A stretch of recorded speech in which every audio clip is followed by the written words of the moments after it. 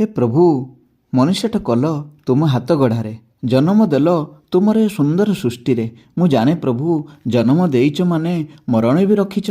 ସେଥିପାଇଁ ଡର ନାହିଁ। ଡର ଏଥିପାଇଁ, ଏ ସଂସାର ମାୟାରେ ଯେମିତି ପଡ଼ି ନଯାଏ, ଆଉ ଅବାଟରେ ଚାଲି ନଯାଏ। ତୁମକୁ ଡାକୁଥିବି, ଧର୍ମପଥରେ ଚାଲୁଥିବି, ଏହା ହିଁ ଏକାନ୍ତ କାମନା। ନୀତି ସକାଳୁ ନିଜକୁ ପଚାରେ, ପ୍ରଭୁ ମୋତେ ମଣିଷ ଜନ୍ମ ଦେଇଛନ୍ତି, ମୁଁ ଠିକ୍ କରୁଛି ତ? କାହାରି ମନରେ ଦୁଃଖ ଦେଉନି ତ? କଷ୍ଟ ଦେଉନି ତ?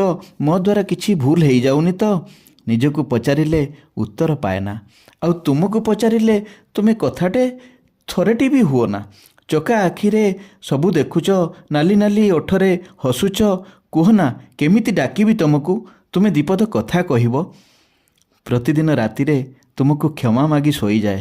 ସକାଳୁ ଉଠି ପୁଣି ଦିନଟା କାଟିଦିଏ। ଯାହା କରୁଛ କର ହେ ପ୍ରଭୁ। ମୁଁ ଜାଣେ, ମୋ ଜାଣତରେ ହଉ ଅଜାଣତରେ ହଉ, ଯଦି କିଛି ଭୁଲ ହେଇଯାଇଥିବ ତୁମେ କ୍ଷମା କରିଦେବ। ତୁମେ ପରା କ୍ଷମାର ସାଗର। ଏମିତି ଭାବରେ ଜଗନ୍ନାଥଙ୍କ ସହ ସମ୍ପର୍କ ଯୋଡ଼ିବା ପାଇଁ ଚ୍ୟାନେଲଟିକୁ ସବସ୍କ୍ରାଇବ୍ କରନ୍ତୁ।